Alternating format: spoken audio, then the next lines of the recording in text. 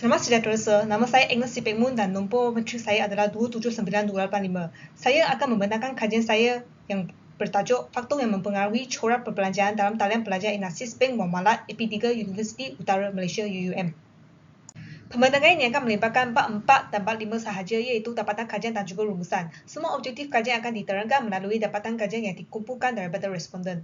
Dalam bahagian dapatan kajian, pengkajian akan menghuraikan dan menganalisis data dan maklumat yang dikumpulkan melalui borang soal selidik daripada responden. Bahagian ini melibatkan analisis deskriptif yang merangkumi rajah, jadual, dan statistik serta analisis sebab dan akibat dan analisis perbandingan untuk mempersembahkan dan menganalisiskan dapatan kajian. Objektif kajian yang pertama adalah untuk menggambar profil demografi pelajar Inasis Bank Muamalat AP3 Universiti Utara Malaysia yang menjalankan perbelanjaan dalam talian. Hasil dapatan kajian menunjukkan bahawa kesemua responden adalah pelajar perempuan dan kesemua responden adalah warga negara Malaysia.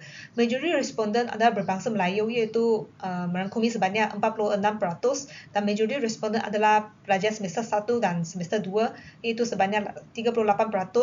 Kebanyakan responden iaitu 27% adalah pelajar yang tinggal di Blok B dan Blok C dalam Bank Muamalat AP3. Selain itu, objektif kajian yang kedua adalah untuk mengkaji corak perbelanjaan pelajar Inasis Bank Muamalat AP3 Universiti Utara Malaysia secara dalam talian.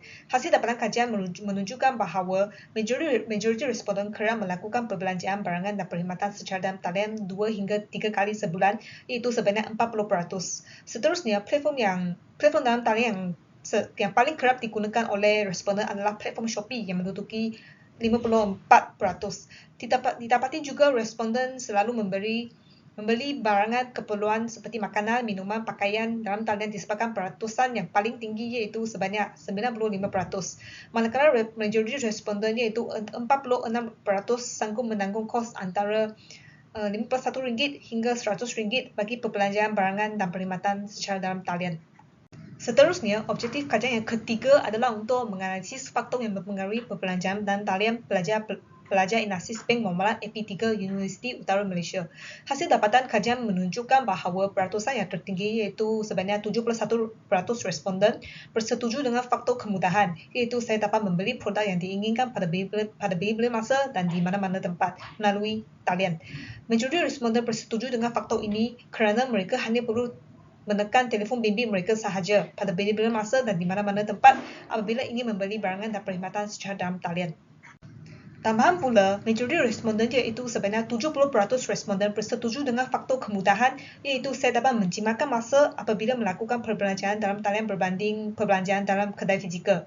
Hal ini kerana responden berasa dapat membeli barangan dan perkhidmatan yang diperlukan secara dalam talian dan tidak perlu keluar dari rumah untuk membeli barang, dan ini dapat mengelakkan kesesakan jalan raya dan ini dapat menjimatkan masa mereka. Manakala bagi faktor kemudahan iaitu saya dapat menjalankan transaksi melalui proses e-pembayaran secara cepat berbanding dengan membayar di kaunter, jumlah peratusan bersetuju dan sangat bersetuju dengan faktor ini adalah sebanyak 100%, iaitu bermaksud semua responden bersetuju dengan faktor ini. Hal ini disebabkan kerana responden hanya perlu membayar barangan yang dibeli dengan menggunakan telefon bimbit mereka sahaja, dan responden berasa mereka tidak perlu beratur di kaunter untuk membuat proses pembayaran. Tambahan pula, bagi faktor harga iaitu faktor saya mendapat diskaun produk dan rebat semasa membuat perbelanjaan dalam talian, menunjukkan bahawa jumlah peratusan bersetuju dan sangat bersetuju dengan faktor ini adalah sebanyak 95%, iaitu hampir kesemua responden bersetuju dengan faktor ini. Hal ini kerana mereka dapat mendapat diskaun produk dan rebat semasa membuat perbelanjaan dalam talian, terutamanya apabila mereka membeli barangan secara banyak atau secara berkelompok dan apabila pada masa promosi jualan misalnya Double 11. Justru itu, kebanyakan responden iaitu sebanyak 61% responden bersetuju dengan faktor harga, iaitu saya mendapat voucher penghantaran percuma semasa membuat perbelanjaan dalam talian. Hal ini kerana dengan adanya promosi jualan dalam talian seperti Double 11, responden akan mendapat voucher penghantaran percuma apabila perbelanjaan dalam talian. Dan membeli di kedai fizikal memerlukan kos pengangkutan, dan semasa membeli di kedai fizikal tidak akan mendapat voucher penghantaran secara percuma. Terdapat kebanyakan responden iaitu sebanyak 44% responden bersetuju dengan faktor harga, iaitu saya boleh menikmati potongan harga apabila platform e-dagang mengatakan promosi harga. Hal ini kerana responden berasa akan dapat menikmati potongan harga, contohnya sebanyak 50% atau lebih potongan harga bagi produk yang dijual secara dalam talian sekiranya platform e-dagang seperti Lazada dan Shopee melakukan promosi harga. Selain itu, bagi faktor produk iaitu saya mempunyai pilihan produk yang luas seperti saiz, jenama dan cita rasa semasa membuat pembelanjaan dalam talian. Jumlah peratusan responden bersetuju dan sangat bersetuju dengan faktor ini adalah sebanyak 94%. Hal ini kerana terdapat banyak variasi produk yang berbeza yang dapat memenuhi cita rasa pelajar dan yang boleh meningkatkan taraf hidup mereka apabila perbelanjaan dalam talian. Seterusnya, kebanyakan responden iaitu 37% responden bersetuju dengan faktor produk, iaitu saya boleh merujuk kepada penerangan maklumat produk secara terperinci sebelum membeli produk dalam talian. Ini kerana mereka dapat merujuk kepada penerangan maklumat produk yang dipaparkan oleh penjual dalam talian. Manakala bagi faktor pengiklanan dan pemasaran, sebanyak 52% responden bersetuju dengan faktor pengalaman daripada pihak lain dalam memberi keyakinan kepada saya untuk membuat perbelanjaan melalui e-dagang. Hal ini menunjukkan bahawa kebanyakan responden bersetuju bahawa pengalaman daripada pihak lain yang positif, misalnya adik-beradik, saudara mara dan kawan-kawan telah memberi keyakinan kepada mereka dan mereka akan berasa lega untuk membuat perbelanjaan dalam talian. Di samping itu, faktor pengiklanan dan pemasaran iaitu saya terpengaruh dengan maklum balas atau ulasan dalam media sosial yang memberi saya keyakinan dalam pembelian dalam talian. Didapati jumlah peratusan bersetuju dan sangat bersetuju dengan faktor ini adalah sebanyak 80%. Hal ini kerana apabila maklum balas seperti bintang yang diberi oleh pembeli lain adalah tinggi iaitu sebanyak 5 bintang, serta mempunyai banyak ulasan yang positif tentang sesuatu produk yang dijual dalam talian, maka responden akan terpengaruh dan ini dapat meningkatkan keyakinan mereka dalam membuat perbelanjaan dalam talian tersebut. Objektif kajian yang keempat adalah untuk mengenal pasti masalah yang dihadapi semasa pelajar analisis bank muamalat AP3 Universiti Utara Malaysia melakukan pembelian secara dalam talian. Hasil dapatan kajian menunjukkan bahawa jumlah peratusan bersetuju dan sangat bersetuju dengan masalah risiko penipuan adalah sebanyak 87% yang merupakan peratusan yang paling tinggi. Hal ini kerana pelajar berasa kes penipuan selalu berlaku, seperti barangan yang diiklankan adalah tidak sama dengan apa yang didapatkan. Dan kes jenayah penipuan dalam talian menjadi semakin meningkat, terutamanya pada era ini kerana kes jenayah dalam talian adalah sukar untuk dikesan. Seterusnya, bagi masalah maklumat peribadi misalnya biodata, nombor akaun dan kad kredit terdedah, menunjukkan peratusan yang paling tinggi iaitu sebanyak 40% responden bersetuju dengan masalah ini. Hal ini menunjukkan bahawa pelajar bersetuju bahawa terdapat laman web seseorang palsu yang memperdaya seseorang individu untuk memberikan maklumat perbankan kepada individu yang lain melalui laman web seseorang yang palsu. Manakala bagi masalah penghantaran barangan atau perkhidmatan yang lewat, majoriti responden iaitu sebanyak 45% responden sangat bersetuju dengan masalah ini. Hal ini kerana terdapat barangan yang dijual dalam talian adalah dari negara yang jauh seperti negara China. Dan responden juga berasa mungkin akan berlaku kerosakan kenderaan, misalnya kerosakan kenderaan lori yang menghantar barangan dan perkhidmatan yang menyebabkan masalah kelewatan penghantaran barangan atau perkhidmatan berlaku. Akhir sekali, objektif kajian yang kelima adalah untuk mengkaji peranan Universiti Utara Malaysia dalam menggalakkan pelajar menjalankan urusan jual beli secara dalam talian. Hasil dapatan kajian menunjukkan bahawa majoriti responden yang bersetuju dengan peranan UM menerbitkan penggunaan e-wallet seperti KeeperPay, Touch 'n Go dan DuitNow adalah sebanyak 53%. Hal ini menunjukkan bahawa responden bersetuju bahawa UM telah menggalakkan pelajar dengan membayar dengan menggunakan e-wallet seperti Touch 'n Go di kedai runcit yang terdapat di kafe bank muamalat. Selain itu, bagi peranan Universiti Utara Malaysia menawarkan beberapa kursus yang berkaitan dengan urusan jual beli secara dalam talian seperti PPME 1013 Asas Keusahawanan, didapati jumlah peratusan bersetuju dan sangat bersetuju dengan peranan ini adalah sebanyak 98%. Hal ini kerana kursus ini merupakan kursus yang wajib diambil oleh semua pelajar UUM dan dengan ini mereka akan dapat belajar cara menjalankan urusan jual beli secara dalam talian dengan melalui kursus ini. Seterusnya, bagi bahagian penemuan kajian, pengkaji mendapati bahawa terdapat 4 faktor utama yang menduduki jumlah peratusan bersetuju dan sangat bersetuju tertinggi yang mendorong atau mempengaruhi pelajar analisis bank muamalat AP3 UUM dalam perbelanjaan dalam talian. Iaitu termasuk faktor kemudahan iaitu saya dapat menjalankan transaksi melalui proses pembayaran secara cekap berbanding dengan pembayaran di kaunter. Faktor harga iaitu saya mendapat diskaun produk dan rebate semasa membuat perbelanjaan dalam talian. Faktor produk iaitu saya mempunyai pilihan produk yang luas, misalnya saiz, jenama dan cita rasa semasa membuat perbelanjaan dalam talian. Dan akhir sekali iaitu faktor pengiklanan dan pemasaran, iaitu saya terpengaruh dengan malu balas atau ulasan dalam media sosial yang memberi saya keyakinan dalam pembelian dalam talian. Justru itu, bagi masalah yang dihadapi oleh pelajar analisis bank muamalat AP3 UUM dalam perbelanjaan dalam talian, pengkaji mendapati bahawa risiko penipuan menduduki jumlah peratusan bersetuju dan sangat bersetuju yang paling tinggi.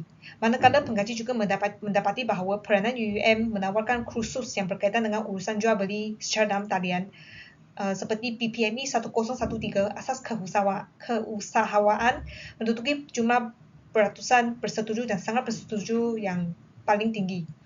Kewujudan jurang kajian ini dengan kajian lepas, iaitu kajian ini memerhatikan masalah atau keburukan perbelanjaan dalam talian dalam kalangan mahasiswa analisis bank muamalat AP3 UUM. Seterusnya adalah bab 5 iaitu rumusan. Bagi implikasi dasar, pihak kerajaan haruslah melaksanakan dasar yang dapat meningkatkan akses internet. Hal ini dikatakan demikian kerana perbelanjaan dalam talian amat memerlukan akses internet yang kuat dan stabil supaya dapat memudahkan para pengguna untuk membeli barangan secara dalam talian dengan lebih lancar. Pihak kerajaan juga boleh cuba melakukan pelaksanaan 5G atau 5G untuk memaksimalkan kadar kelajuan dan kualiti internet di Malaysia. Justru itu, pihak kerajaan perlu melaksanakan dasar yang dapat melindungi pengguna internet daripada penipuan atau jenayah cyber. Melalui dasar ini, dapat memberi hukuman yang berat kepada pihak yang melakukan jenayah cyber. Dengan ini, pengguna internet dapat dilindungi. Misalnya, kes kebocoran maklumat peribadi pengguna akan dikurangkan dan tidak akan dibocorkan.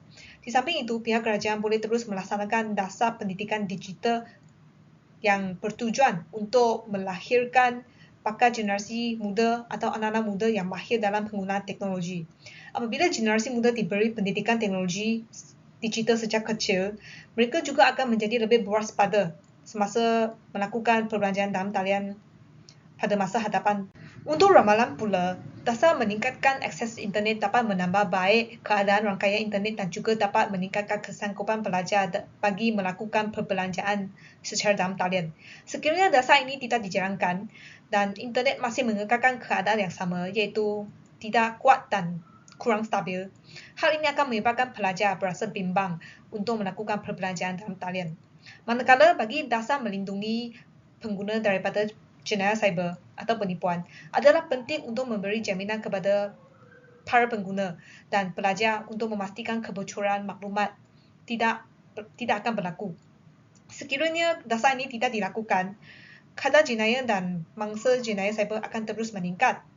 Seterusnya, dasar pendidikan digital juga adalah penting untuk menggalakkan pelajar untuk membiasakan diri dengan amalan penggunaan teknologi digital dan perbelanjaan secara dalam talian. Sekiranya dasar ini tidak dilaksanakan secara berterusan, maka generasi yang akan datang atau generasi muda mungkin akan berasa tidak biasa dengan amalan atau budaya perbelanjaan dalam talian dan generasi muda akan terus perbelanjaan secara fizikal iaitu menggunakan wang tunai. Ini mungkin akan berlaku masalah seperti lupa membawa wang tunai keluar. Antara cadangan pengkaji adalah pihak kerajaan boleh memperuntukkan jumlah yang besar untuk meningkatkan akses internet Malaysia. Misalnya, Telekom Malaysia perlu membuat analisis untuk mengetahui keadaan rangkaian di setiap kawasan Malaysia supaya boleh membuat perancangan untuk meningkatkan akses internet dengan lebih efektif. Selain itu, pihak kerajaan haruslah mengubah undang-undang yang lebih ketat bagi menghalangkan penjenayah cyber terus melakukan jenayah, misalnya melakukan penipuan dan maklumat pengguna terdedah. Seterusnya, pihak kerajaan boleh terus melaksanakan program seperti program peranti siswa untuk memberikan alat telekomunikasi seperti tablet kepada pelajar, terutamanya pelajar dalam golongan B40.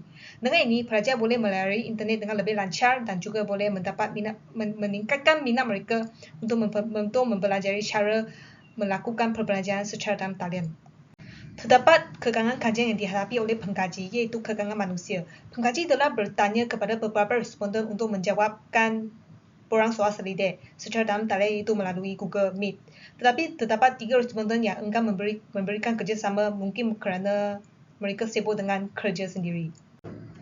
Manakala bagi saranan, pengkaji berharap boleh mempunyai lebih banyak masa untuk melakukan kajian ini supaya pengkaji dapat bertanyakan soalan kepada lebih banyak responden untuk mendapatkan maklumat lebih lanjut. Secara kesimpulannya, pengkaji telah berjaya menjalankan kajian ini dengan melalui borang soal selidik yang disediakan dan mendapatkan data dan maklumat yang berkaitan dengan kesemua objektif kajian.